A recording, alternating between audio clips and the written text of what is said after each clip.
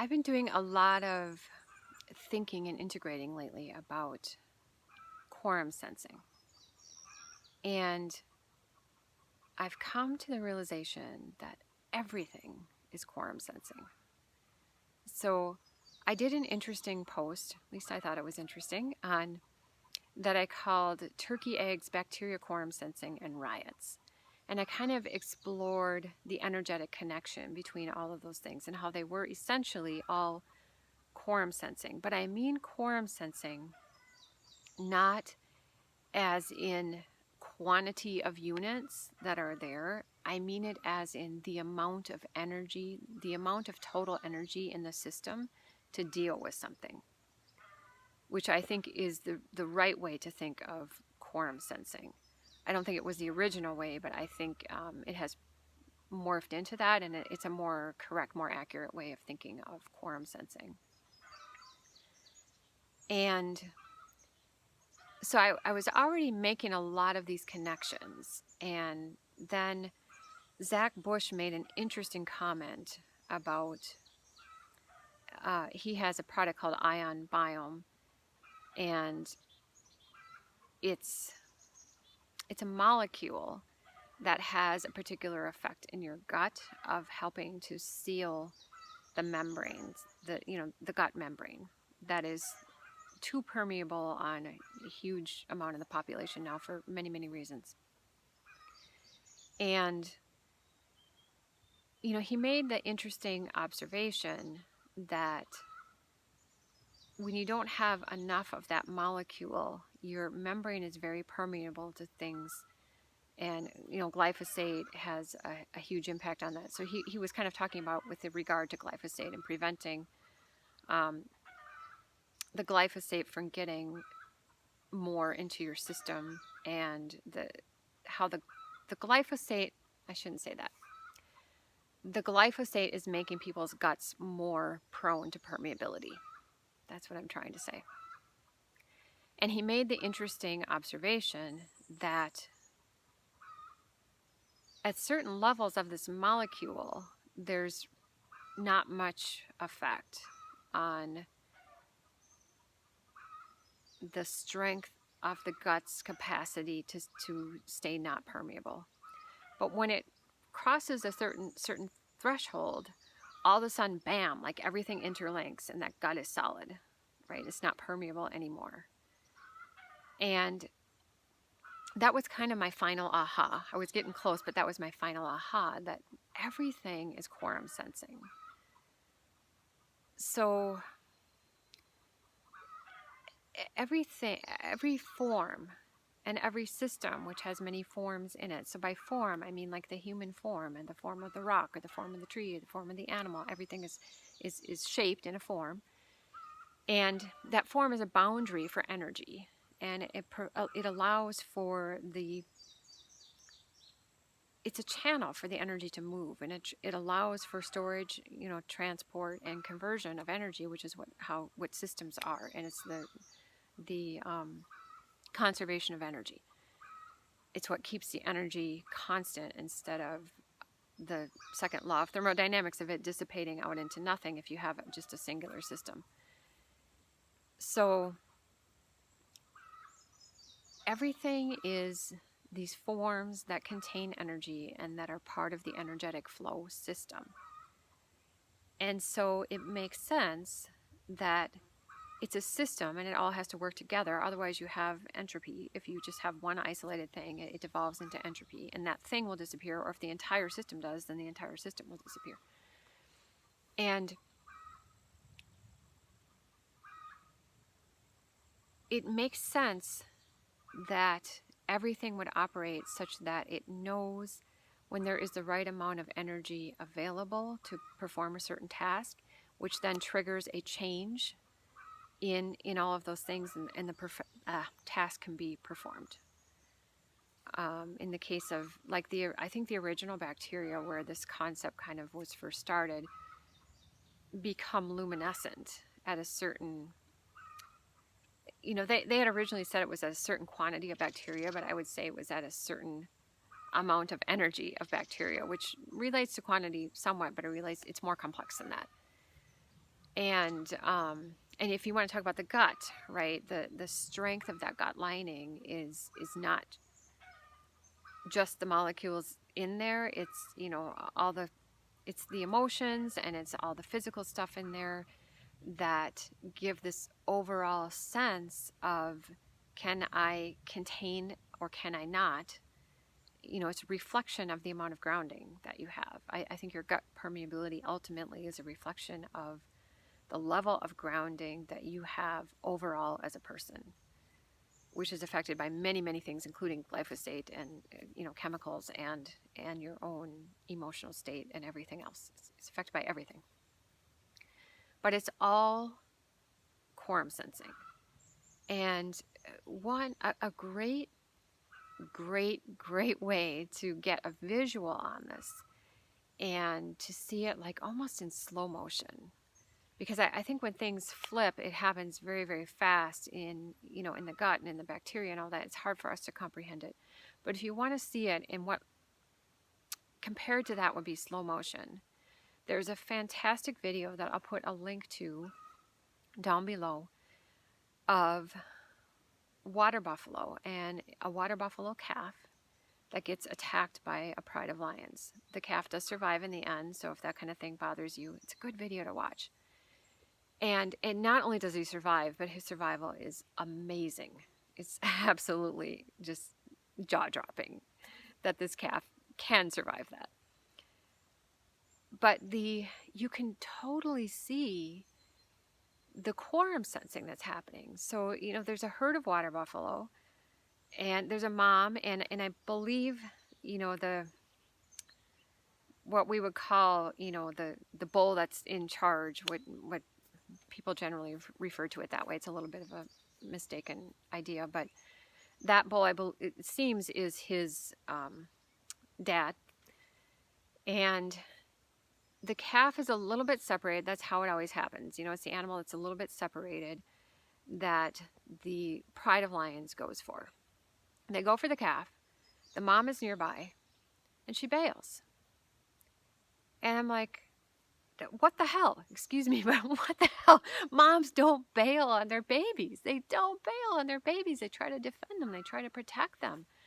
Right? You see this all the time in videos, and you felt it yourself if you're a mom, and you don't just leave. And so the first time I watched it, I just was just shocked. I'm like, she left, dad left, and the whole herd had already been leaving. So they were, if I remember correctly, they were out of sight. Most of them were out of sight at that point. So they didn't even have, on a certain level, they didn't even have an awareness of what had happened. So the bull and the mom bail. They leave. And you're left watching this calf being attacked by the lions. And they're around water, which is often the case. That's where animals become vulnerable. So they're around a body of water. And while he's being attacked by the lions, an alligator gets him. Or a crocodile. I don't know the difference. One of those things gets him. Probably a crocodile. And he's in a tug of war between the lion and the crocodile. You know, you think there's no way this calf can survive. And in the middle of this tug of war, the entire water buffalo herd comes back. They had been gone out of sight, right? Out of sight. They didn't see it. We couldn't see them. It's a wide range video. The entire herd comes back, and they go after those lions and save the calf. And the calf, miraculously, after being in a tug of war between a crocodile and a lion, walks over to its mother. How? I don't know. But my point here is to use this as a demonstration of quorum sensing. So that mother water buffalo knew she did not have, whether it's her own grounding, her own power, whether it's the incredible grounding of the animals, that there's some combination of energy. She knew she did not have whatever it took to save that baby. And so her emotional center of gravity, even though it's in that baby because that baby is so connected to her, right? But it's also where it's even more strongly where the energy is to overcome the problem. So instead of going to her baby, she goes to the herd. Now, if she had had enough energy in her to overcome a single lion or something like that, she would have stayed with the baby because her center of gravity would have been there in between her and her baby. But here she didn't have the energy for that. So her center of gravity was in the herd, which combined did have the energy to overcome them. So she goes back to the herd. And her energy, I've talked, I don't want to go into this now. There's a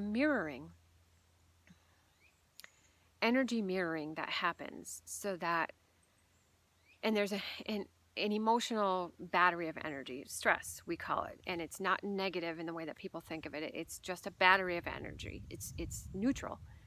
And you draw on that energy in a mirrored fashion. So in a way that's commensurate with the energy of the moment. And so she's bringing that intense energy of the moment with her to that herd, which triggers a mirror in them. Now she feels combined, she feels the level of energy necessary, the quorum necessary to overcome this incredibly high resistance that she's facing with her calf. So now that she's got that grounding, now the center of gravity with her calf is stronger than what's with the herd. She goes back to the calf and the herd comes with her because they have united in their energy. And every single animal in that herd has been through these attacks before. So it's drawn up all that same energy in all of them, and now they need to resolve it. So the whole herd comes back and takes out the lions. They flip them. I don't know if they kill them all, but they eliminate them. They get them out of there. And that's quorum sensing, right? That you can witness that change in energy as it happens, and the change in the nature of the group, the change in what they're about, the accumulation of energy. And you can just see all the dynamics happening like in slow motion in this video. It's phenomenal. So please do watch it. But I believe that exact same thing is happening all the time with everything. We do it ourselves when we're, if we have an idea that we want to get across. And sometimes we present that idea, and sometimes we shrink away from it because we tend to present it when we feel like between our own grounding and those around us, we have what it takes to overcome resistance, or at least potentially to at least encounter it and not lose our sensation of who we are. And so we'll put it forth. And if our sense of all the energy available in that moment, our own grounding, everyone around us, the scenario that we're in, maybe there's a quiet day versus a storm or a windy day, there's energy in so many forms all around us.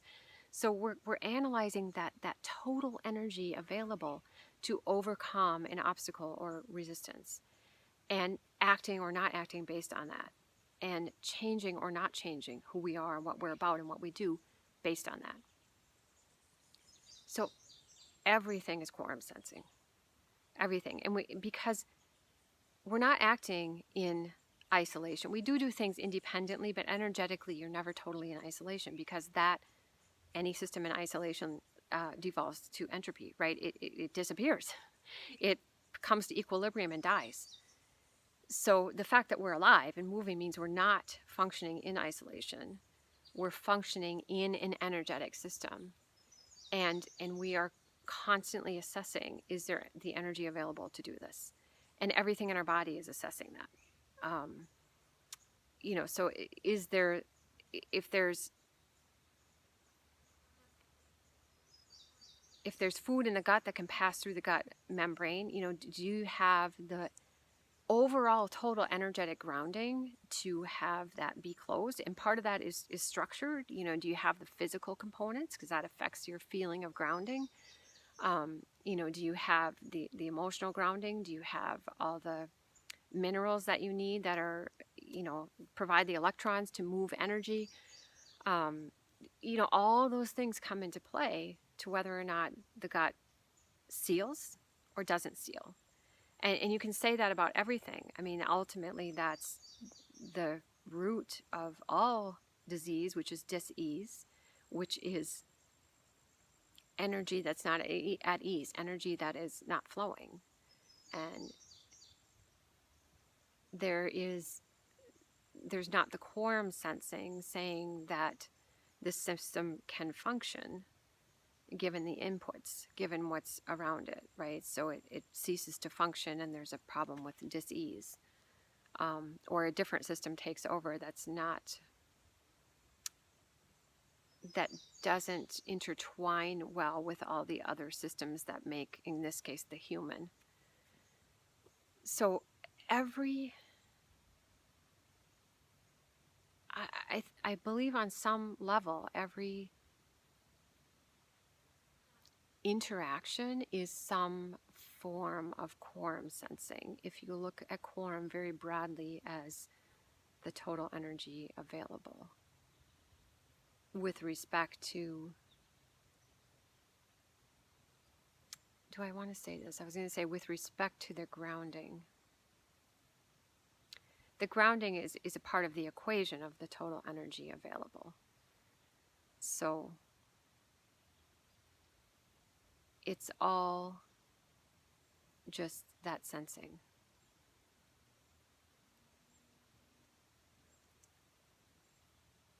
If you even think about like wolves hunting, so it's easier to envision it in group. I'm going through so many scenarios in my head. It's definitely easier to envision it in group scenarios. I'm still thinking through all of this, but I wanted to share it because it's important. But even like wolves hunting, and if they're going to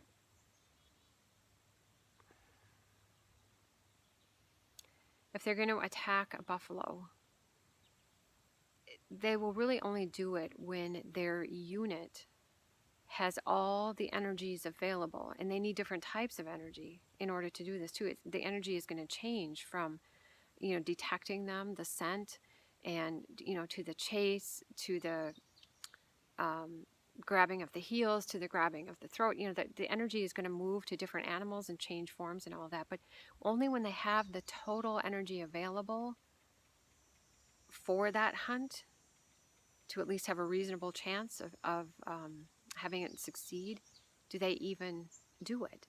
And part of that total energy available is even the drive, the hunger, right? If you don't have enough hunger, there's not enough energy available to do that because you're not mirroring enough things in the energy storage system to draw up enough energy to go do it, right? So if you don't have the hunger, it's not going to happen. But it's not just personal, it's the energy of the whole system. It's all quorum sensing. I believe every bodily function is quorum sensing. Every disease is quorum sensing. Sensing a lack of quorum. Yeah, it's just, okay, I'll stop there. It's just all quorum sensing. All right, I hope that is useful.